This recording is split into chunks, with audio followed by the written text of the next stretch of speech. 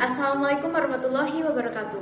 Halo teman-teman, perkenalkan nama saya Esa Malia Fitriana. Saya dari kelas 4A TBD 190 1010. Oke, di video kali ini saya mau berbagi sedikit informasi mengenai proses permintaan darah.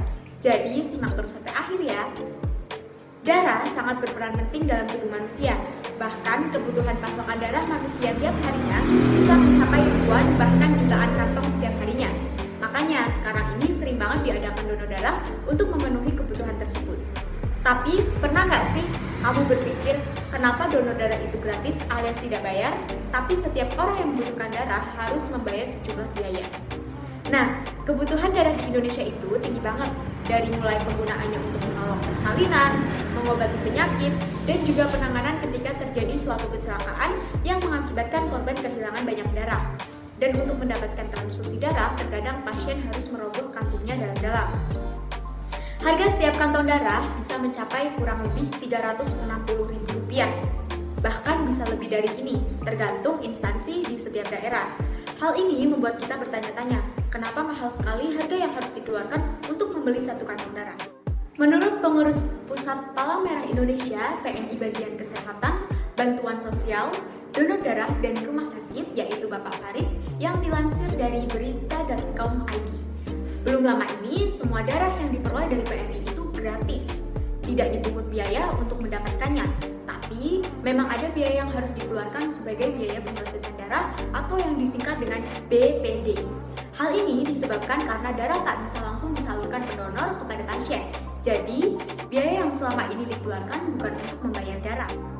Proses pengambilan darah dari pendonor yakni melalui beberapa tahapan yang bisa memakan waktu hingga 6 jam lamanya. Setelah melalui proses panjang itu, barulah darah bisa diberikan. Proses yang harus dilalui antara lain adalah uji kelayakan bebas dari penyakit HIV, malaria, dan hepatitis. Kualitas darah pun menjadi prioritas penelitian.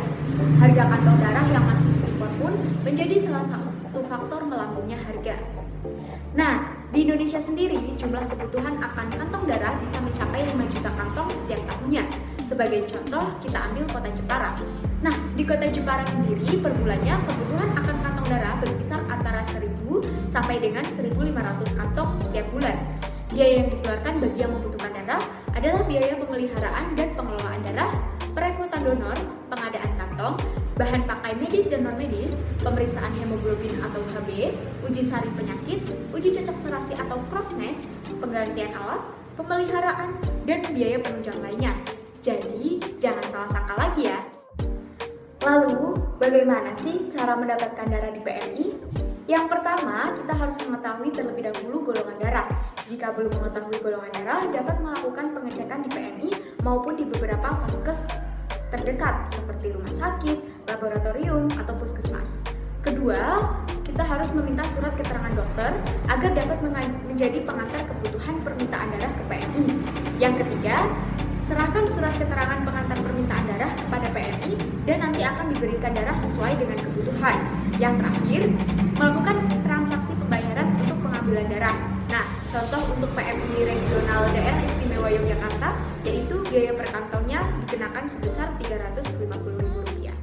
Lalu, bagaimana sih alur permintaan darah di bank darah atau rumah sakit? Ada perbedaannya nggak sih? Nah, tentu ada dong. Yang pertama, keluarga pasien atau petugas perawat rumah sakit yang diberi kewenangan menuju ke loket penerimaan sampel darah dan mengisi formulir permintaan darah. Kemudian dari rumah sakit akan mengecek persediaan darah, yakni ada atau tidak. Kemudian apabila ada, maka akan langsung dilakukan uji cocok silang atau cross-match. Kemudian setelah selesai, petugas bank darah menyerahkan darah kepada perawat ruangan. Nah, kalau tidak ada bagaimana? Kalau tidak ada, dari rumah sakit akan menghubungi UTD PMI. Kemudian keluarga mencari pendonor ke UTD PMI. Setelah itu dilakukan pemeriksaan darah di UTD PMI, kemudian pengambilan darah pendonor di UTD PMI, selanjutnya dilakukan proses screening darah di UTD, dan kemudian akan darah pendonor didistribusikan dari UTD PMI ke bank darah. Setelah itu disimpan di blood bank. Nah, demikian teman-teman tentang proses permintaan darah di rumah sakit dan di PMI. Semoga bermanfaat. Wassalamualaikum warahmatullahi wabarakatuh.